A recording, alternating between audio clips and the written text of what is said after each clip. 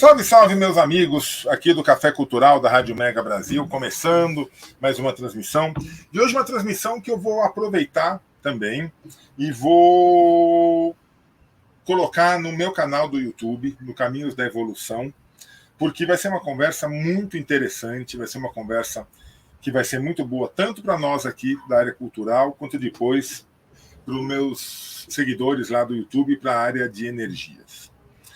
Eu tenho aqui o prazer, a honra, a alegria de estar recebendo uma pessoa fantástica, a professora doutora Ângela Matilde, que, pelo que me foi apresentado, é uma pessoa que está lidando com uma das coisas mais necessárias nos dias de hoje, que é as pessoas vencerem os seus medos, as pessoas deixarem para trás muitos passos, muitos acontecimentos, por não acreditarem em si mesma, não acreditarem que é possível.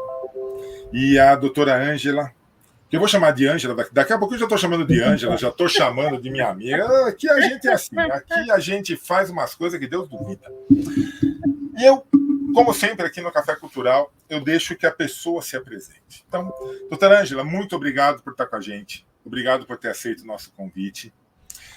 Eu queria que a senhora aproveitasse esse primeiro momento para se apresentar. Quem é Ângela Matilde? Como que a senhora chegou nesse patamar? E fale um pouquinho de sua obra, por favor, minha amiga. Uhum. Eu sou a Ângela, que está aprendendo cada vez mais ser Matilde. Legal. Porque eu tenho o nome da minha avó ao contrário. Minha avó chamava Matilde Ângela, ela era legal. Italiana, a minha outra irmã tinha o nome da minha outra avó. Então, e a minha avó, ela era conhecida como uma pessoa super mega guerreira, vitoriosa. O marido morreu e ela teve que ficar com 2 filhas pequenas, foi deserdada porque casou com negro.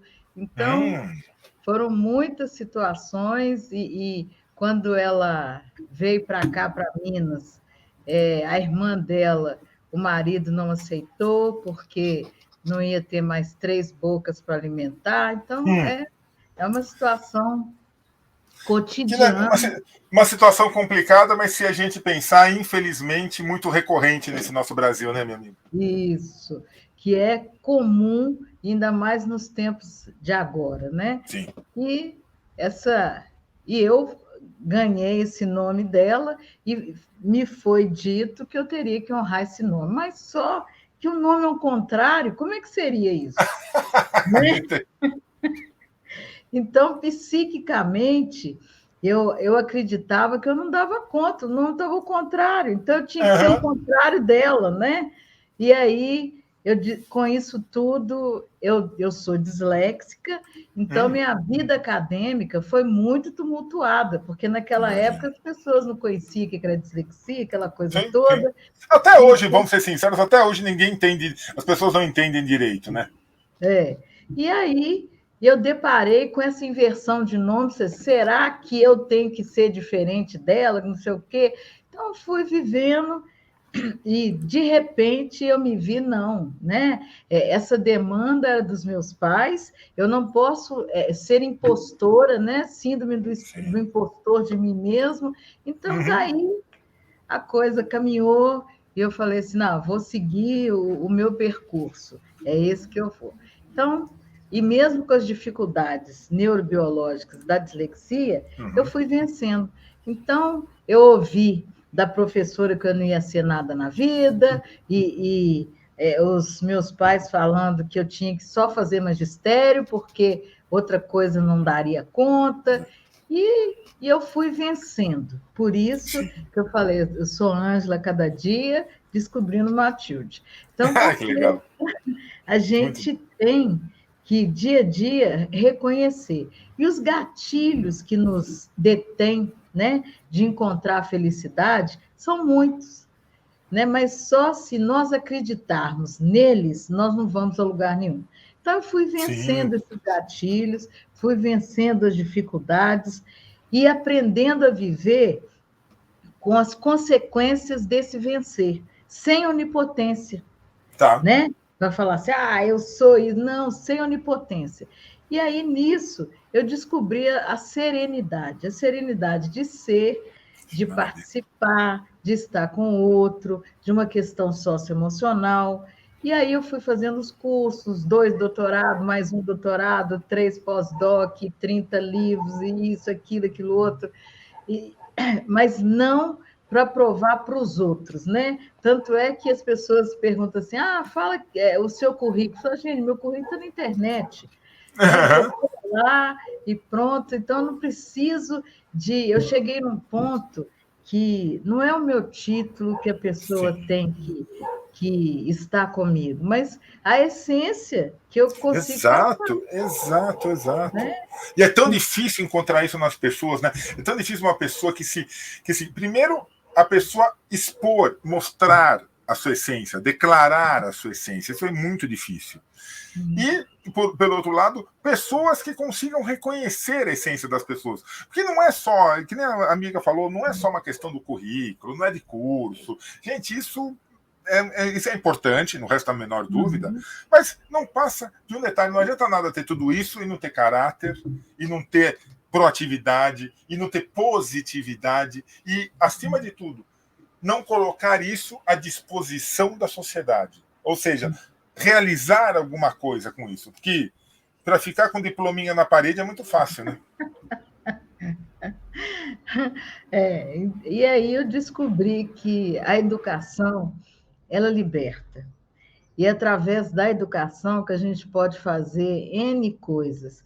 E aí eu resolvi começar a capacitar professores. Aí eu abri o Instituto Ângela Matilde, e esse instituto tem lá no canal, chama ipan.education, que tem lá gratuitamente vários cursos, vários encontros, e os maiores nomes do Brasil se dispuseram nesses encontros. É tudo gratuito, com certificado, porque os professores precisam entender essa dinâmica para que pessoas como eu, que passou isso há 60 anos atrás, continuam passando isso agora.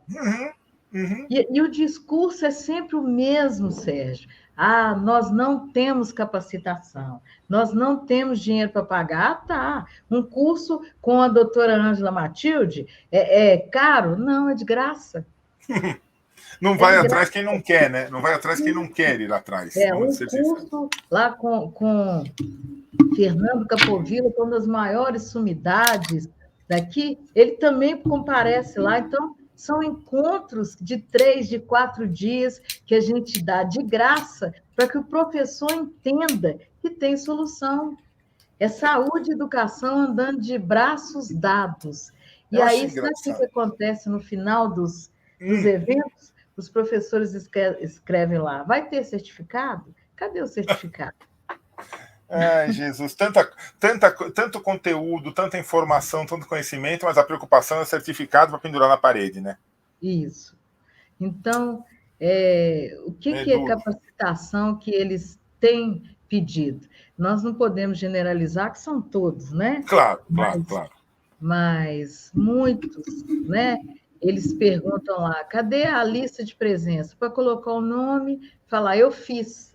Mas só que Eles estão ainda numa metodologia tão arcaica, né? Onde precisa a lista de presença. Tudo bem, é legal uma lista de presença? É legal certificado? É. Gente, mas as pessoas vão nesses eventos, participam de cursos desta qualidade para assinar a lista de presença e ter o certificado. A amiga estava comentando que um dia lhe foi dito que você só teria capacidade para ser professora. Gente, eu acho que o Brasil, obviamente, não é o único, mas vamos dizer assim, ele não valoriza o professor. O papel do professor na sociedade é fantástico. Deveria ser o contrário. E assim, olha, gente, se você tem capacidade, méritos e vontade de ser professor, você devia ser colocado num patamar acima de muitas outras profissões. Porque, independente da profissão que você escolher, pode ser jornalista como eu, pode ser publicitário, pode ser médico, pode ser advogado, pode ser engenheiro, pode ser o que for, você vai passar pela mão de professores. Seja na infância, seja numa faculdade, seja num doutorado, você vai passar na mão de professores. E espere-se que esses professores não somente estejam capacitados, mas se orgulhem de ser professores. E aqui no Brasil fica aquela coisa, tadinho, vai ser professor, vai ser professor. Gente, é uma inversão de valores fora do normal. Infelizmente, é inversão, por quê? Ser professor significa estar, né, com o outro, não é estar no lugar do outro, né? É estar com o outro, é ouvir o outro, que é essa escuta primordial, né? É a história do outro, sentir esse ambiente, que esse ambiente seja um setting, realmente é um espaço para a produção, para a alfabetização da vida, né? Isso é que é ser professor.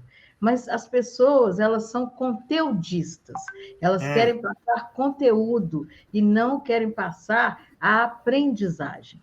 E aí tudo se perde, porque o conteudista tem que ter conteúdo, mas só se ele não lê e não atualiza, ele não passa conteúdo fidedigno. Então, ele não consegue.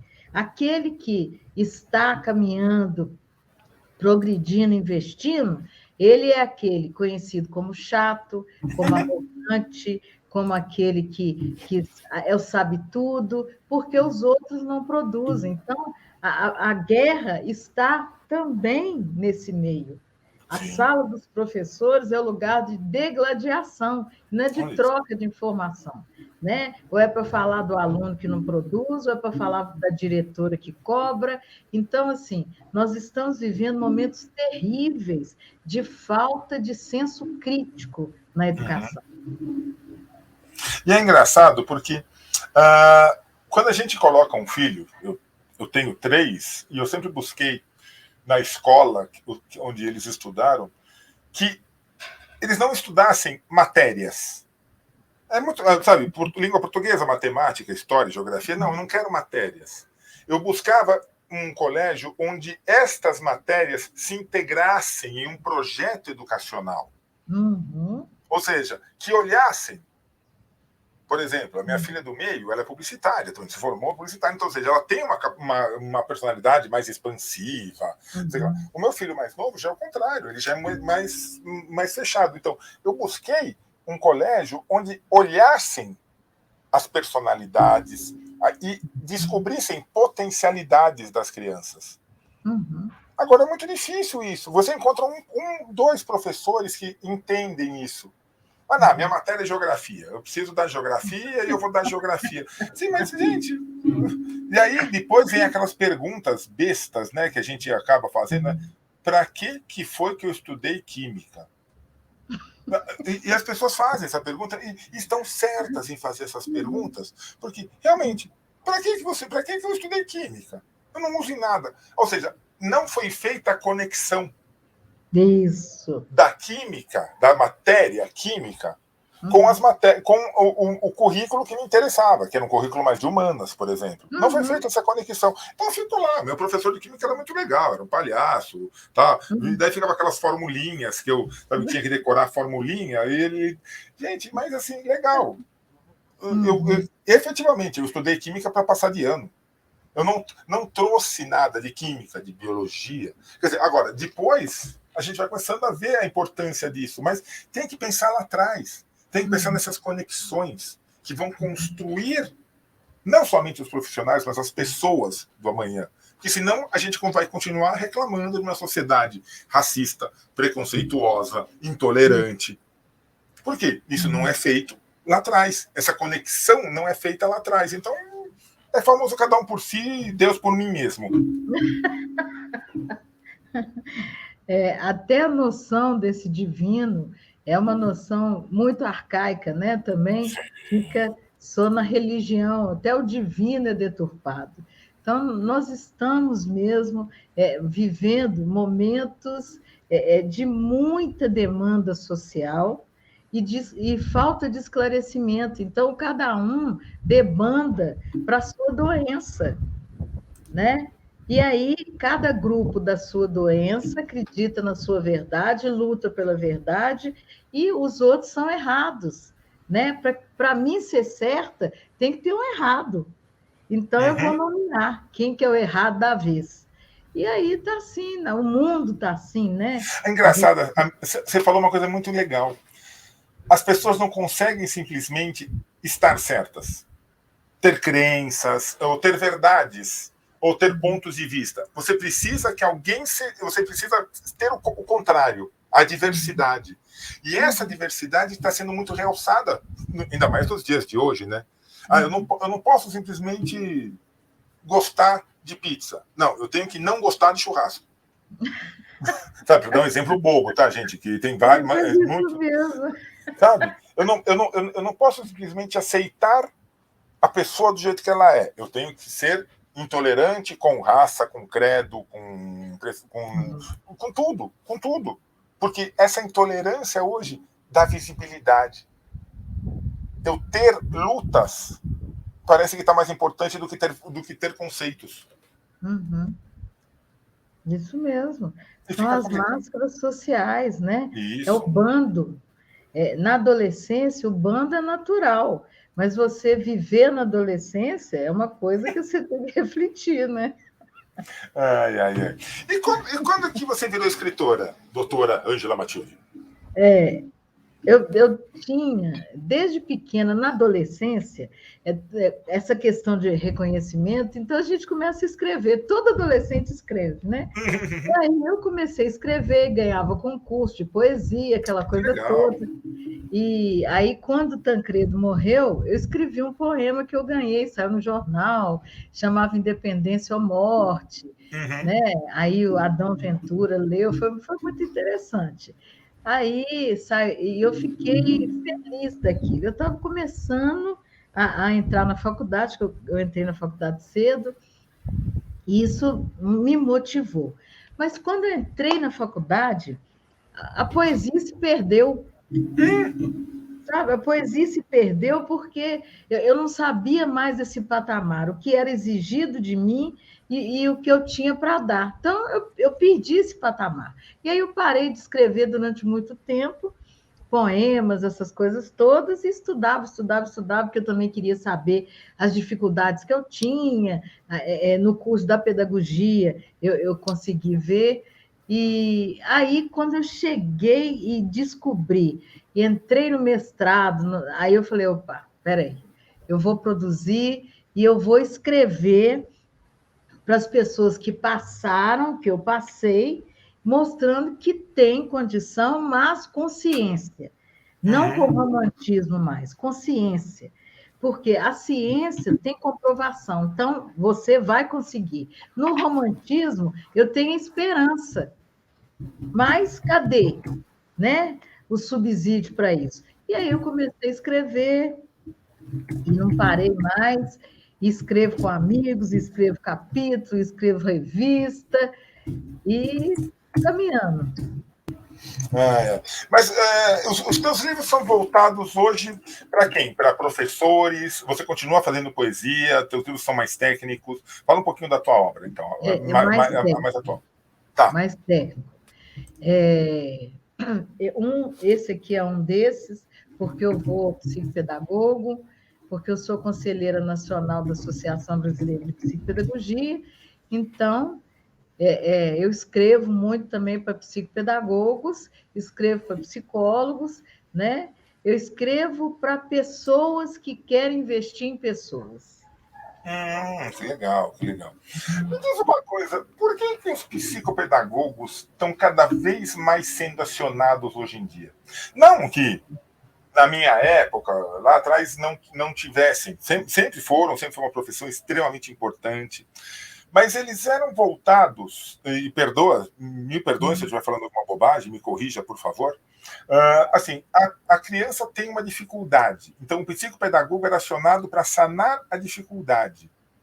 Será que hoje em dia as famílias começaram a reconhecer a necessidade desse acompanhamento, independente da dificuldade? E até o contrário, se uma criança, por exemplo, ela escreve muito bem, ela tem facilidade, gosta de leitura, de repente um psicopedagogo consegue orientar esse gosto, não é só para sanar problemas, mas para orientar potencialidades? Esse é o papel do psicopedagogo. Durante um tempo, o psicopedagogo era o reeducador psicopedagógico. Tá. Reeducador não é educar o que está errado. Mas com a psicopedagogia tomou um novo formato, né? Nós já temos 40 anos. O formato é trazer para essa criança as suas habilidades e competências e o que ele vai fazer com ela. Isso que é o fundamental. Por isso que a psicopedagogia tem crescido e tem sido acionada, porque hoje você demonstra para esse aluno que ele é capaz, que todos aprendem. Agora, tem a despedagogia, que são as metodologias errôneas, erradas, e que aí a gente vai descobrir que ele precisa de qual metodologia, qual estilo de aprendizagem dele, e o psicopedagogo é o profissional da vez. Ele é esse profissional. Depois da pandemia, então, ele é o profissional mais solicitado, né?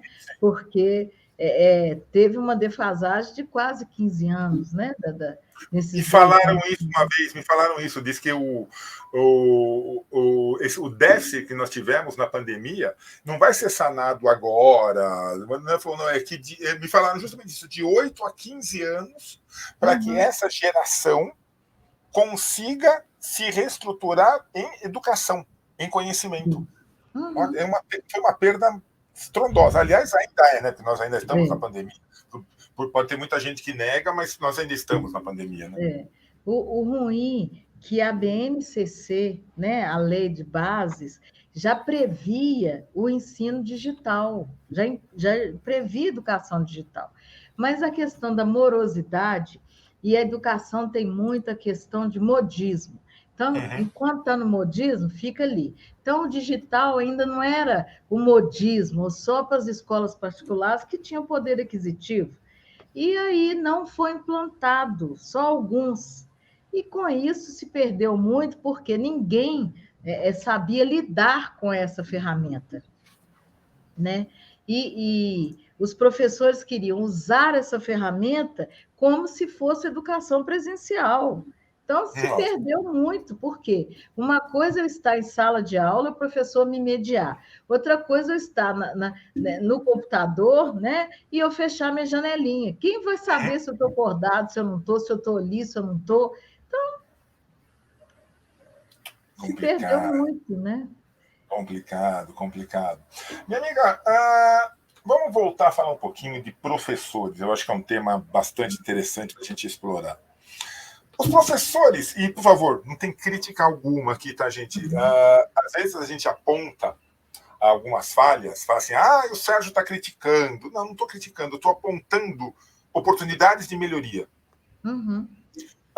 Os professores hoje em dia estão preparados, e quando eu digo preparados, é tanto pedagogicamente, como emocionalmente, psicologicamente, para abraçar a diversidade. Porque, vamos ser sinceros, lá atrás, o próprio professor tinha pouquíssimos professores que não demonstravam intolerância, algum tipo de preconceito, mas também, o pessoal fala, né, lá em 1908, 1950, só não eram racistas os que tinham pele negra, fora isso todo mundo era racista. Sabe? Só não era intolerante com homossexuais quem era homossexual, porque não eram bem aceitos na sociedade. Intolerância religiosa, então nem fala. Os professores de hoje em dia estão preparados para entender e passar isso para os seus alunos, a importância da diversidade, a importância do coletivo, a importância da não é nem tolerância, é da aceitação, de olhar para uma outra criança, nós estamos falando de crianças e adolescentes, e não ficar mais com aquelas brincadeirinhas bestas que tínhamos antigamente, com uma criança que não era dentro do, entre 1000 aspas, o padrão normal. Ninguém está preparado para a diversidade, tolera, né? E agora a gente tem leis, então respeita, porque tem leis. Lembrando o Totem Tabu, a lei surgiu, né? Porque faltava uma organização social. Então, a lei vem onde não tem respeito, e por isso que surgem as leis. Então, eu tenho que respeitar a lei. Não significa que eu tenho que conviver com negro, não significa que eu tenho que conviver com homossexual. Eu tenho meu pensamento, eu só não posso falar porque eu vou ser preso, né? Ou presa. Então, assim, a questão de lidar com a diversidade é uma humanidade, uma humanização que tem que ser plantada dentro de casa. Se não foi plantada dentro de casa, o sujeito cresce com outro tipo de padrão, né? Com baixa flexibilidade, com falta de respeito, com amoralidade, com libertinagem e tudo isso, né? Então, falta uma educação primordial, uma educação fina, né? Que trabalha com o ser, né? Porque senão ele vai chegar na escola já deteriorado. O que a gente precisa entender é que a escola só trabalha com aquilo que foi bem fundamentado na família. Ela não tem condição de implantar nada, ela tem condição de potencializar. Se a família não trabalha, a escola realmente não consegue. Então, vai ter aquelas piadinhas minhas, o macaco, faz o sinal, aquela coisa toda. Isso entre as crianças, porque eles aprenderam assim, né? Mas os professores, eles podem aprender, pelo menos, a mediar. Então, a questão não é se ele concorda, se ele tem que mediar enquanto professor. E a mediação não é tomar partido de. A mediação é fazer cumprir a lei, né, e os combinados daquele espaço. Se o professor não dá conta disso, aí tá difícil. Porque, na verdade, tudo que a gente não quer é que a criança e o adolescente, que o adolescente é só uma criança um pouco mais alta, né? Chegue em casa e conte para os seus pais que foi alvo desse preconceito.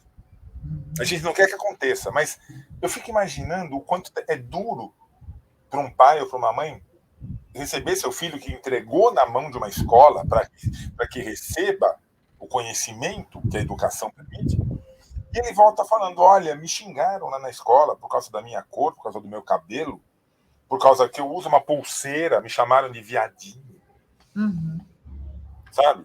Então, e aí o pai e a mãe vão cobrar da escola. E a escola fala, mas eu não posso fazer nada.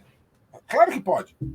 Claro que deve fazer. Então, eu acho que o seu trabalho, professora, é muito nisso, de capacitar os professores e as instituições de ensino aqui. Brincadeira vai ter, uma fala errada vai ter, não sei o que lá, mas que nem falou, media. Vamos mostrar.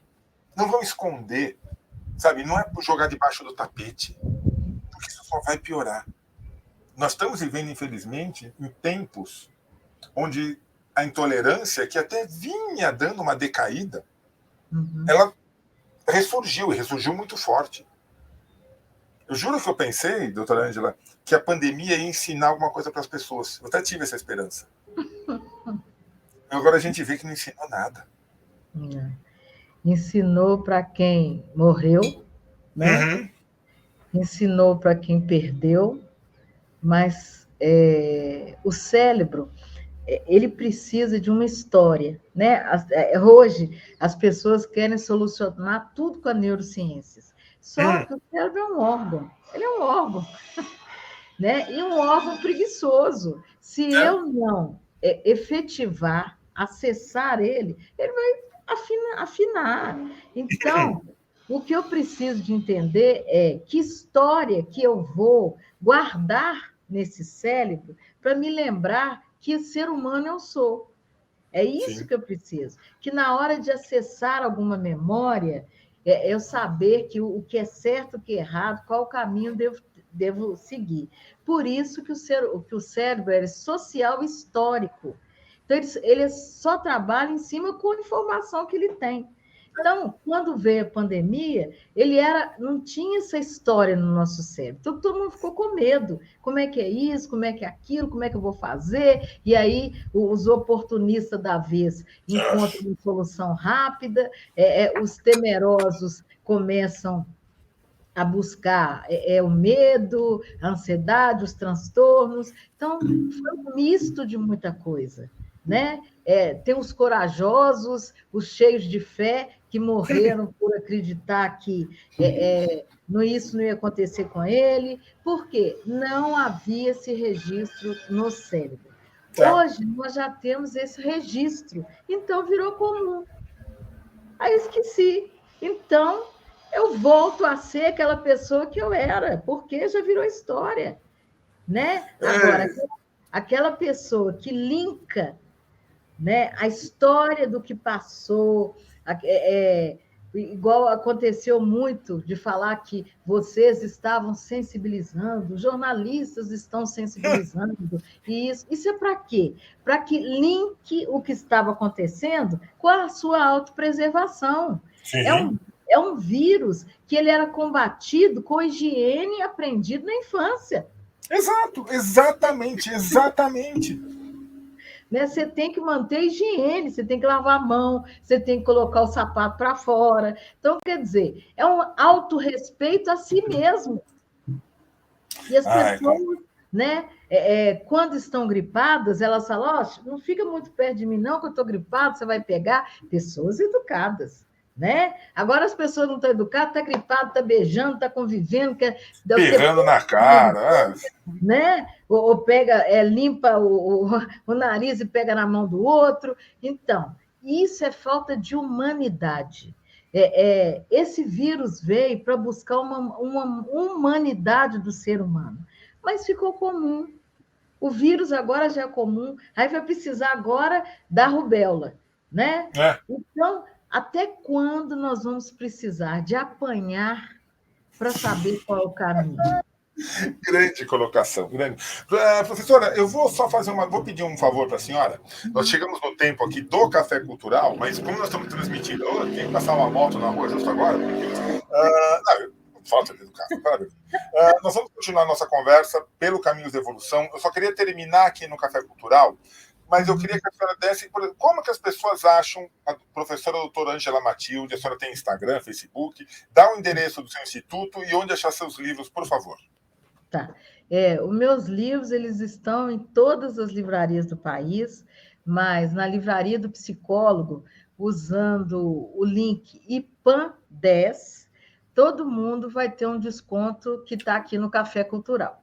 Que maravilha! Que lindo, obrigado. Eu pedi, e aí eles deram esse link IPAN10. Livraria do Psicólogo e Educador. Então, todos os meus livros estão lá também. E o meu Instagram é @DRA doutora Ângela Matilde. E o meu Facebook também é doutora Ângela Matilde. Matilde com TH e Y, hein, pessoal? Não vai confundir. Com TH e Y. Isso mesmo. Tá, e depois então, eu vou deixar um livro para você sortear para as pessoas. Que delícia, que delícia. Super obrigado. Então, pessoal do Café Cultural, queria agradecer muito a vocês. Foi uma conversa fantástica. Acho que como todas a gente tem feito aqui, tenho tido a felicidade de ter grandes entrevistados. Agradecer a vocês, a gente volta semana que vem. Pessoal do Caminhos da Evolução, permanece aí que a gente continua o papo com a doutora Ângela Matilde, tá bom? Pessoal do Café Cultural, obrigado. Até a próxima. Estamos ficando importante aqui, tá? A senhora está pensando aqui. Aliás, eu vou aproveitar, deixa eu só mudar uma coisinha aqui, que agora a gente está aqui. Isso, ó, mudei meu fundo. Nada que a tecnologia hoje permite essas maravilhas, tá vendo só? Continua. Doutora, vamos continuar nossa conversa então aqui. Agora aqui, talvez até com um pouquinho mais de liberdade, que agora como o canal é meu, dá para a gente soltar o verbo mais profundamente. A senhora estava falando dessa questão da pandemia e a senhora abordou de uma maneira muito feliz. Que as pessoas não tinham registro. Quer dizer, a última pandemia que nós tivemos foi lá no comecinho de 1900. Então, nós não temos esse registro. E hoje que nós temos o registro, as pessoas relaxaram. As pessoas falaram assim, todo mundo já... Quer dizer, será que o fato de muita gente ter pego, muita gente ter falecido, banalizou? Ao invés das pessoas falarem assim, poxa vida, deixa eu me cuidar para eu não pegar, eu já escutei frases assim, todo mundo vai pegar mesmo, então é melhor pegar logo. Se todo mundo vai pegar, eu quero pegar também. Para com isso, vamos pegar. Será que deu uma banalizada, sabe, numa coisa que é extremamente séria, que é uma doença? Toda doença pode ser uma gripezinha, pode ser o câncer, gente. Toda doença é séria. Sabe, banalizou muito. Não, a questão não é que banalizou, a questão é, como você falou, virou histórico, né? É histórico. Então, assim, não tem esse risco mais, porque nós ainda estamos em momentos pandêmicos, não está aí, né? As pessoas continuam pegando a questão que tem a vacina, né? E muitas vacinas estão sendo jogadas fora porque as pessoas não estão indo mais vacinar. Gente, absurdo isso, absurdo. Então, o papel de vocês é tremendo quando vocês vêm, traz notícia, traz um escopo do que está acontecendo, para lembrar as pessoas do que esqueceu. Esse registro precisa ser o tempo todo acessado, a gente chama acesso ao léxico, o tempo todo, para a pessoa lembrar, né? Então, não pode esquecer a máscara, tá? A máscara não foi só para a questão do coronavírus, foi também a questão para a influenza. Diminuiu a influenza, diminuiu a infecção, né? Então, quer dizer, a máscara é proteção para si próprio. Então, em todos os momentos, é cada um por si e Deus por todos. Ficou assim muito claro isso. Mas esse cada um para si e Deus por todos, o coronavírus veio e mostrou assim, mas se a pessoa que estiver ao seu lado não cuidar dele, você vai ser contaminado. Então, eu preciso de lembrar o outro que ele também tem que cuidar, porque senão eu vou ser contaminado. Não vem me visitar porque você não está respeitando. Então, nós conseguimos entender do limite do outro. Até o outro pode me fazer mal. Isso ficou muito claro, né? Até o outro pode me fazer mal. Por quê? Os filhos deixaram os pais nas suas casas para que eles não se contaminassem, e assim por diante. Eles começaram a frequentar mais as casas dos pais via online do que presencial. Então, houve uma motivação dessa educação primária, né? Da necessidade de estar com o outro, da necessidade social. Então, o índice foi muito grande mesmo. Mas o que acontece é, onde não há o reforço da informação, há o esquecimento. Então, não adianta. Agora, eu vejo uma coisa que complementa isso, doutora. Concordo, obviamente, onde não há o reforço da informação, a coisa acaba caindo no esquecimento, vai se banalizando. Agora, é muito duro a gente batalhar contra uma estrutura oficial de negacionismo. Por quê? Vamos ser sinceros, o que aconteceu na pandemia, e eu escutei, seja virtualmente ou seja ao vivo, a cores, frente a frente, pessoas falando assim, esse vírus não existe. Eu falei, como não existe? Não, é invenção da Globo. Não, como invenção da Globo? Não, o tem que pegar. E aí criou-se uma outra categoria na sociedade dos assim, eu já peguei. Teve uma vez, para a senhora ter uma ideia, eu fui até uma padaria aqui perto. Quer dizer, na verdade, assim, eu tinha saído por algum motivo e na volta eu falei, vou parar na padaria, vou comprar uns pãezinhos, máscara, tudo bonitinho. Tudo.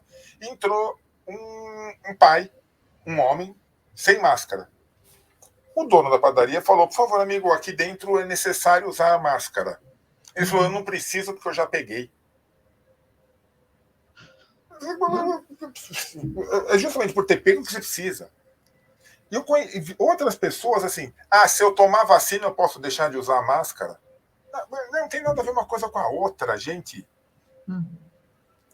Mas essa máscara aí, agora eu vou sair de focinheira na rua. Gente, para mim, e aí eu vou voltar no comecinho lá da nossa conversa, tudo isso é medo. As pessoas tiveram plantadas em si um medo descomunal. E muitas pessoas não sabem lidar com o medo e viraram negacionistas.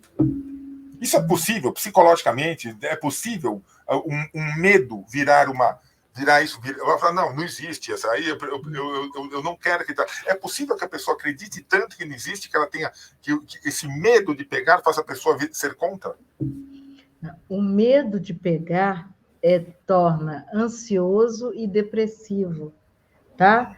E aí sim, isso é falta de humanidade, falta de Tá. respeito com o outro, falta de resiliência, né?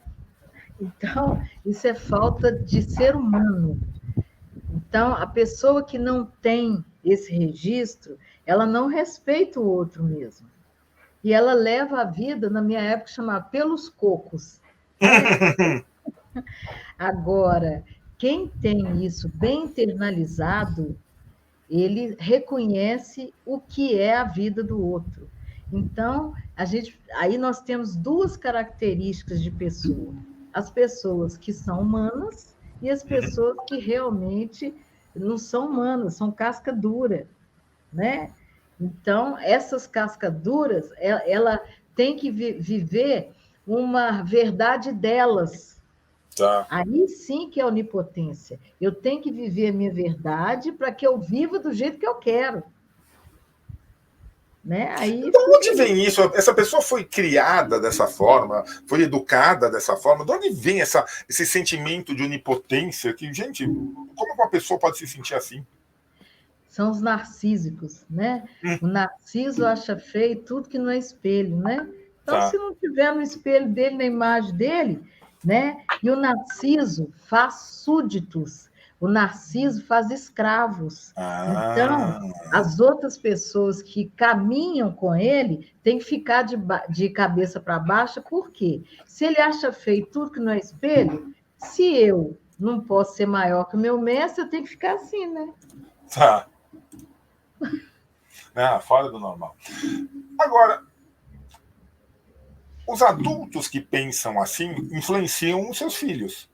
Com E certeza. voltando à nossa conversa do papel do professor.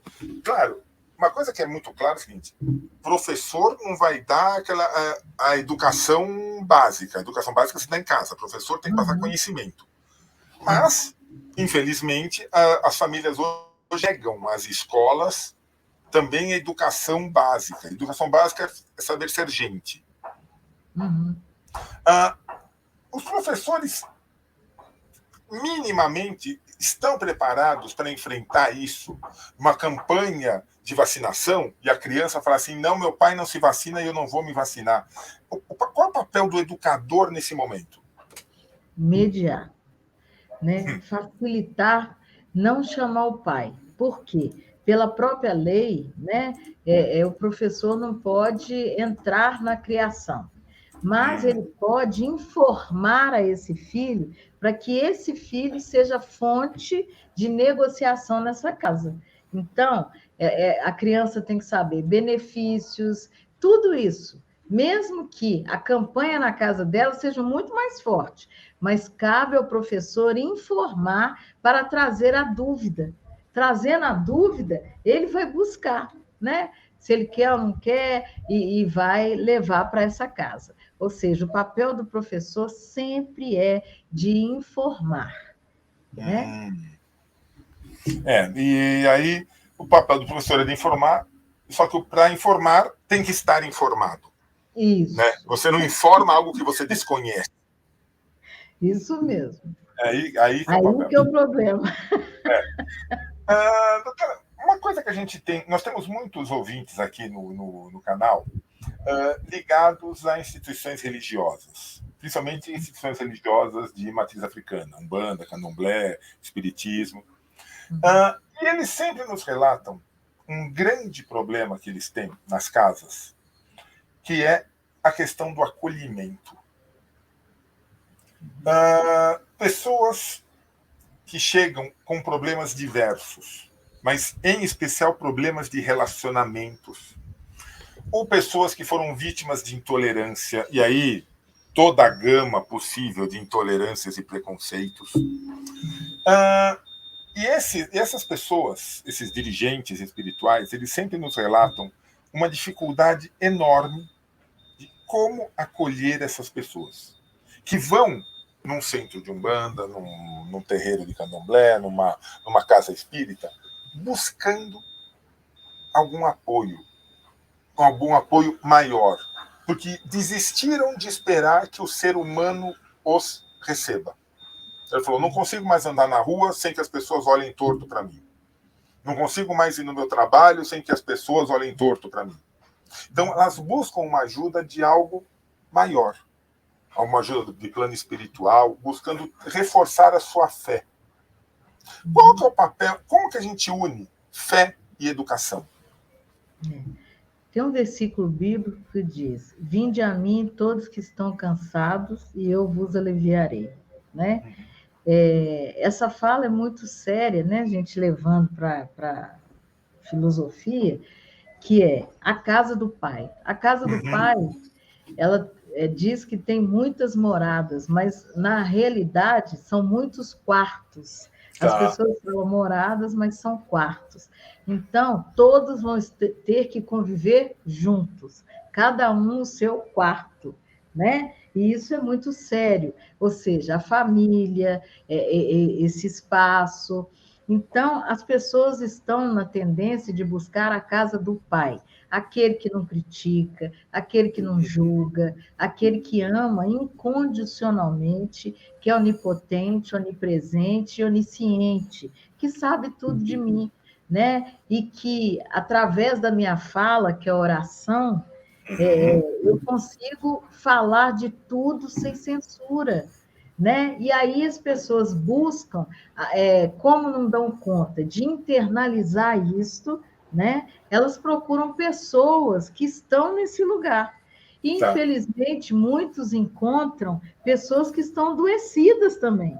Sim, então, sim. Levam as pessoas para um caminho pior do que estava, ou seja, dependência da doença. Nós temos em muitos casos, né, Jim Jones, que levou todo mundo ao suicídio, e N outros que a gente vê, sim. E outros que a gente nem fica sabendo. Muitos, né? muito provavelmente muitos. Então, a gente tem que ir para a casa do Pai. É muito bom. A fé é uma elevação espiritual. É fé e esperança das coisas que não se vê, mas se espera. Mas para mim esperar, eu tenho que ter fundamentação na palavra. Ou seja, a palavra da fé. Qual que é a palavra que me segura? Né? Tem um outro versículo que fala assim: se tu estiveres em mim e as minhas palavras estiverem em vós, pedirei tudo o que quiseres e vos será feito. Então, ou seja, é aquela famosa frase que teve de um filme aí, que eu não vou lembrar agora qual que é assim, eu sou nós. Quer dizer, o indivíduo só é completo a partir do momento que ele está como nós, sabe, sendo maior. Que sozinho a gente não faz nada. E agora, como é difícil botar isso na cabeça das pessoas, minha amiga? Porque é mais fácil seguir. Porque se você segue, você não precisa pensar. Cai no buraco, todo mundo cai. Agora não, agora fica sem comer. Agora você tem que fazer isso. Então, seguir é mais fácil do que pensar. Porque pensar envolve decisão. Se eu sigo, o erro é do que eu estou seguindo. Né? Então. E as pessoas falam isso aqui, que na verdade buscam essas religiões mais ativas, vamos assim dizer. Ele falou assim: pô, eu vou numa igreja, por favor, não tem crítica nenhuma religião qualquer aqui, por favor, entendo. Assim, mas eu vou numa igreja, eu sento e tenho que escutar o padre falar. E não me sinto acolhido. Por melhor que seja a homilia, por melhor que seja o discurso. Eu vou num templo evangélico, mesma coisa. Tem mais ação lá, pulam aqui, pulam ali, não sei o que lá, mas eu não tenho participação. E elas vão, de repente, num terreiro, umbanda, candomblé, para quê? Para que elas possam falar os seus problemas. Que as pessoas querem se expressar. E em outras religiões elas não encontram essa possibilidade de se expressar, de falar os seus problemas. E talvez receber uma ajuda mais particular, né? Porque ali as pessoas incorporam a história de quem está verbalizando. Não é que a pessoa é o veículo de uma mãe que partiu, veículo de um santo, né, de um pai. Então, Sim. eu estou falando com, ou seja, eu quebro a humanidade da pessoa. A pessoa só é um cavalo, só é um receptáculo. Eu estou falando com meu marido, que já se foi. Poxa, que benção é ele. Quer dizer, então existe vida após a morte. Então, ali eu sou acolhido porque tem vida após a morte. Lá na igreja evangélica, ninguém sabe. As pessoas estão dormindo, está escrito que está dormindo. Na igreja católica, ou as pessoas podem estar penando, ou estar em algum lugar. Então, assim, no espiritismo, é o único lugar onde as pessoas falam assim, continua vivo, está bem, fica bem, né? Você vai encontrar, ele fica perto de você. Um dos programas mais assistidos, né, é da Médium, né? Que é a Escopo, como é que é? Como é que é? Esqueci. Não vou lembrar, mas eu sei o que a senhora está falando. Então, porque ela fala, os mortos falam, né? Então ele vem, fala, é a pessoa que morreu sem ver o outro vem e fala, olha o Chico Xavier, ele não falava com as pessoas assim, ele escrevia, né? Ele psicografava o que o ente querido queria, ele era o quê? O veículo para essa unção, para essa bênção, para tudo. Então, é veículo. Agora, nós temos que saber a qualidade desse veículo. Sim. Né? Aí complica. Aí a coisa complicou de novo. Isso. Tem um outro versículo na Bíblia que diz assim, não vá contra os profetas, mas provai as profecias. Então, quer dizer, que veículo esse sujeito está sendo? Não aceita simplesmente por aceitar, né? Porque alguém está falando. Isso, olha que a gente viu aí aquele curandeiro, o cara, tem muita gente que fala que curou mesmo. Por quê? Tem versículo bíblico que diz que Deus não tira a unção que ele nos dá. Então, quer dizer, tem unção de cura, ele tem unção de cura, mas o quê? A índole dele, o caráter dele, a doença dele fez que ele transformasse a bênção em maldição. Ou seja, uma oportunidade fantástica de ter uma passagem por essa vida tão bonita, tão iluminada. Teve momentos, mas jogou fora, né? A ambição, o ego. Eu acho que o grande problema da humanidade, sem dúvida alguma, é o ego. Mas eu não sei, doutora, para mim, eu continuo batendo. O ego tem um grande percentual de medo. O medo fala muito dentro do ego. Ou seja, a pessoa se mostra forte, tem que se mostrar forte, sabe? Eu faço, eu aconteço, me sigam, mas se for ver lá no fundo, a pessoa está com uma paura que é só dela. Mas não é o medo, é a insegurança. Né? O medo é um patamar de emoção. A insegurança é uma falta de equilíbrio da saúde mental. Então, a insegurança me faz vestir uma capa de super-herói, para que as pessoas não vejam, né? E essas pessoas não podem ter medo, porque o medo significa eu ter um confronto com o outro que o outro pode me fazer. Né? Agora, a insegurança não. A insegurança me dá a condição de enfrentar o outro sem ele saber. Então, eu sou o Batman, eu sou o Batgirl, eu sou o super-homem. É igual cada super-homem sabe das suas dificuldades. Por exemplo, super-homem, ele sabe que ele não pode estar perto de Kryptonita. Então, enquanto não tem Kryptonita, ele voa, ele faz. A Kryptonita veio e acabou a força dele. Então, ele tem segurança de Kryptonita, né? Como é que chama? O Batman. Ele é humano normal. Então, ele tem que treinar todo dia. E se ele não tivesse um mordomo que fizesse tudo para ele, ele não ia ser Batman. Tanto é que ele precisou de um Robin. Né? e assim por diante. Então, assim, a insegurança traz um desequilíbrio enorme. Por exemplo, quando a pessoa, você vai divertir um filho, e ele está inseguro nas suas emoções, ele começa a fazer o quê? Não fui eu, pai. Não, eu não fiz isso. Você nem falou nada com ele, só o olhar, você fala, o que foi? O que está acontecendo? O que eu fiz? Né? Então, a insegurança me faz tomar posições que me declaram. Então, eu tenho que ser perfeito. Eu estive com uma pessoa que mente, que é uma coisa assim, sem noção. E ele falou assim: eu não minto. Eu até ri. Eu fiquei assim: por quê? Ele é o narciso clássico, ele é o super, ele é o mega, ele se apresenta assim: eu sou, eu sou, eu sou, eu sou, e estuda sobre narcisismo. Entendeu?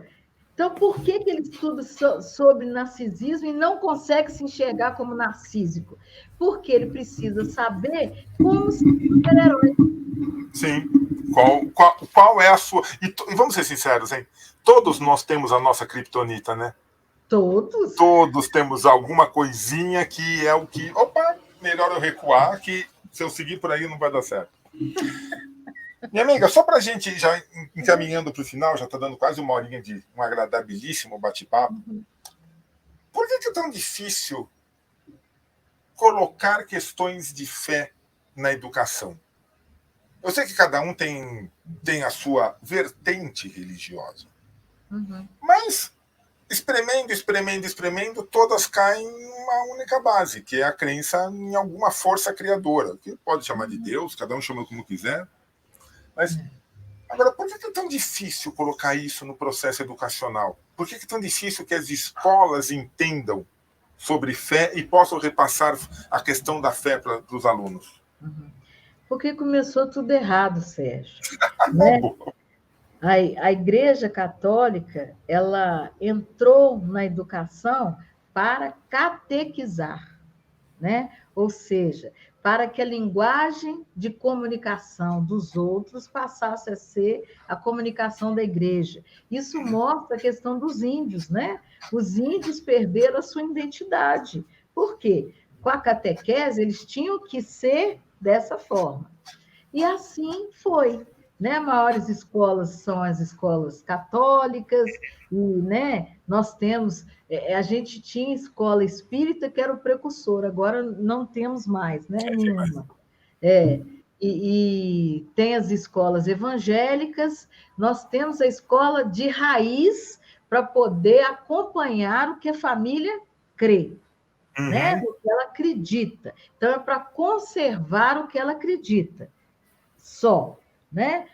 Mas as pessoas não entendem que fé não é religião. Sim. Esse é o erro.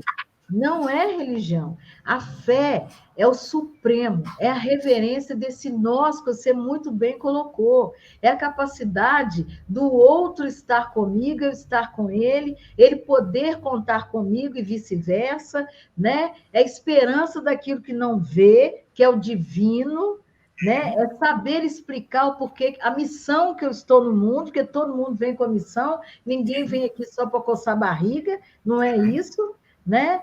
Então, a fé é o destino do sujeito nesse mundo. Para que eu vim? Eu vim para ser inútil? Se você veio para ser inútil, você não vai ficar no mundo. Né? Agora, se você está vivo até hoje, você tem uma vocação. Tem gente que tem a vocação só para encher a paciência dos outros. E ganha o prêmio recorde disso. Tem outros que vêm abrandar a vida do outro.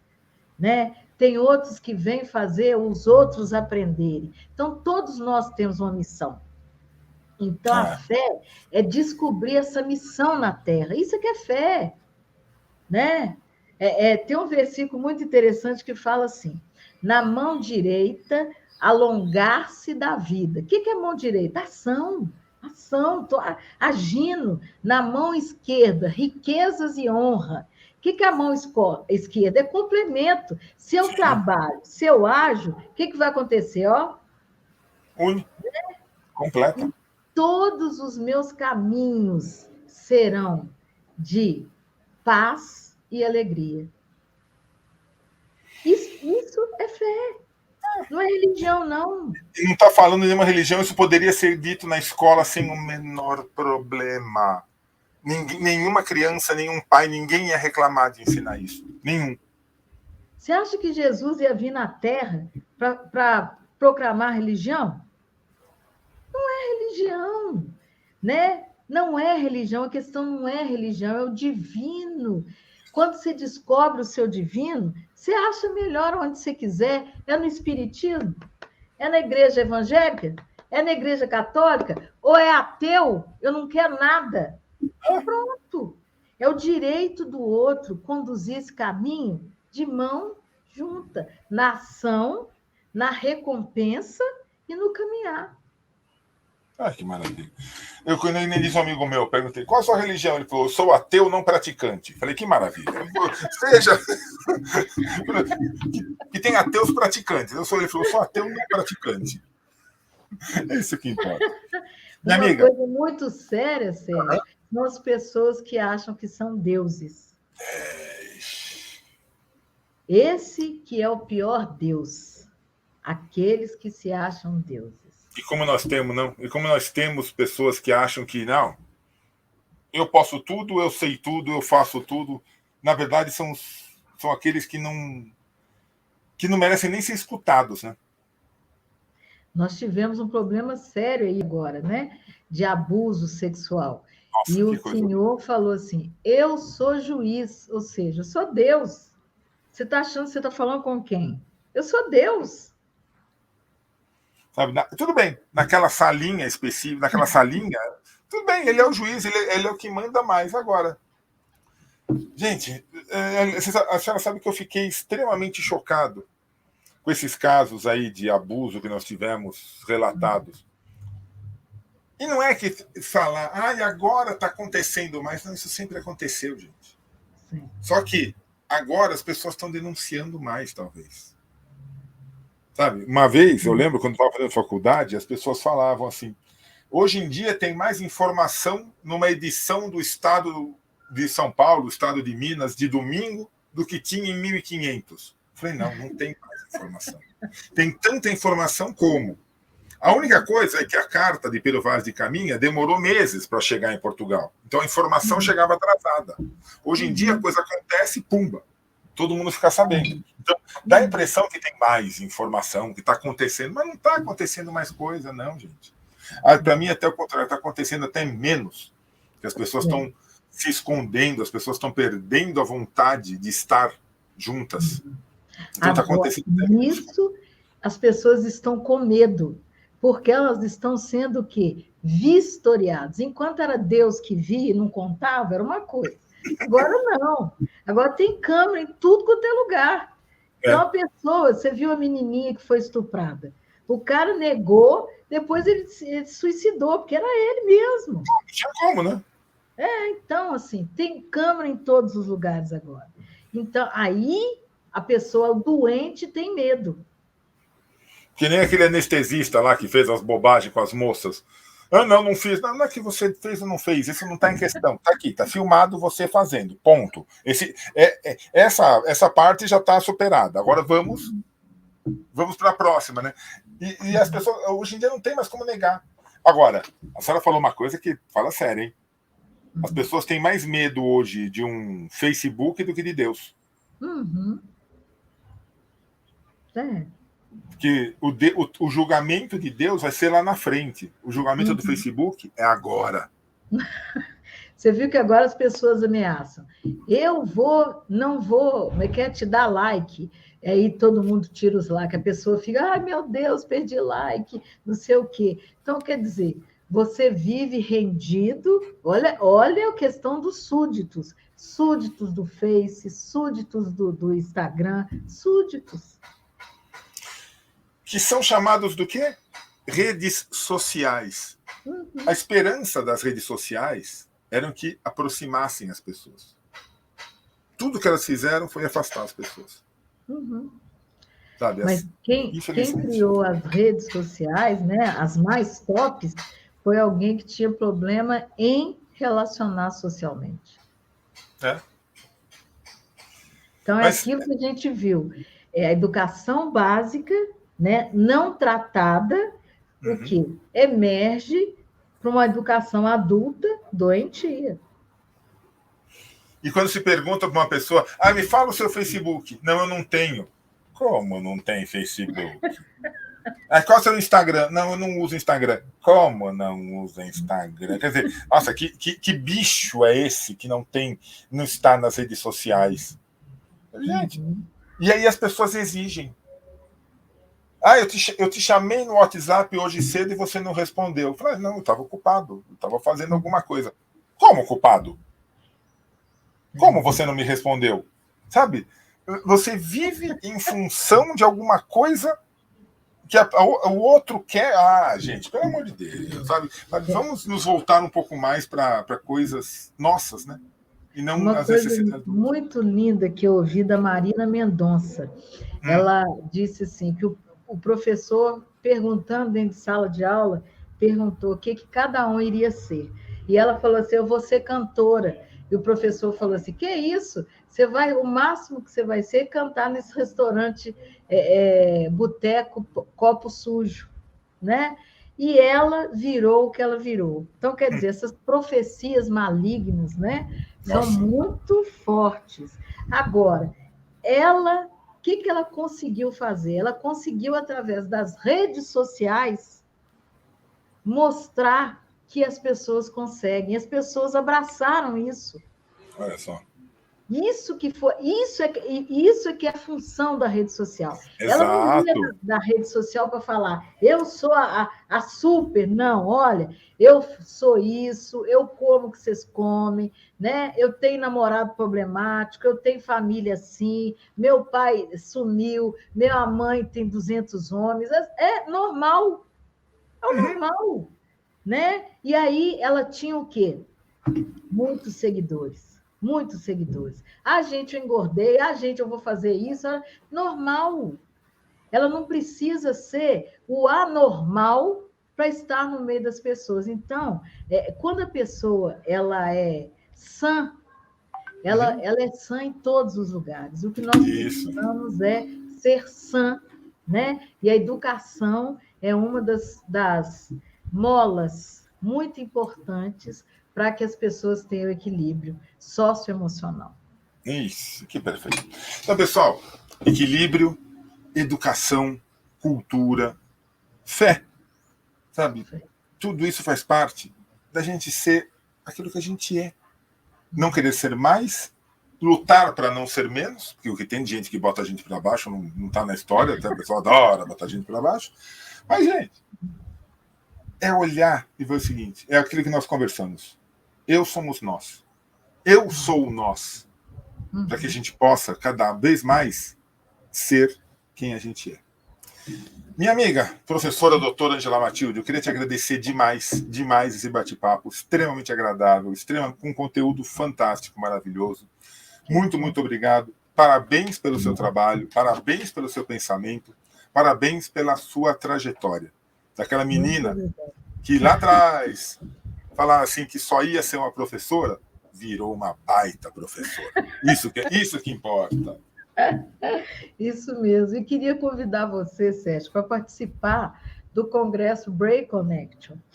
É um congresso internacional e também social, tá? Que vai acontecer online e um dia, no dia 26 de novembro, vai ser presencial lá no Cine Valorec. Cine Brasil Valorec. E aí você vai me falar assim, mas Ângela, isso deve ser caro para chuchu? R$180. Oxi. Fácil. Me lembra, por favor, pede para o Admilson me passar depois, me lembra, por favor, me passar o convite direitinho, a gente vai divulgando aqui também. E vamos ver, se der certo, dá um pulinho aí, a gente se encontra e se dá um abraço. De máscara, a gente se dá um abraço. Foi um prazer, viu? Foi um prazer enorme, minha amiga. Muito, muito, muito obrigado. Tendo novidades, querendo voltar, só chamar que a gente abre novamente aqui câmera e microfone para te receber, sempre que precisar. Tá bom? Tá. Muito obrigada.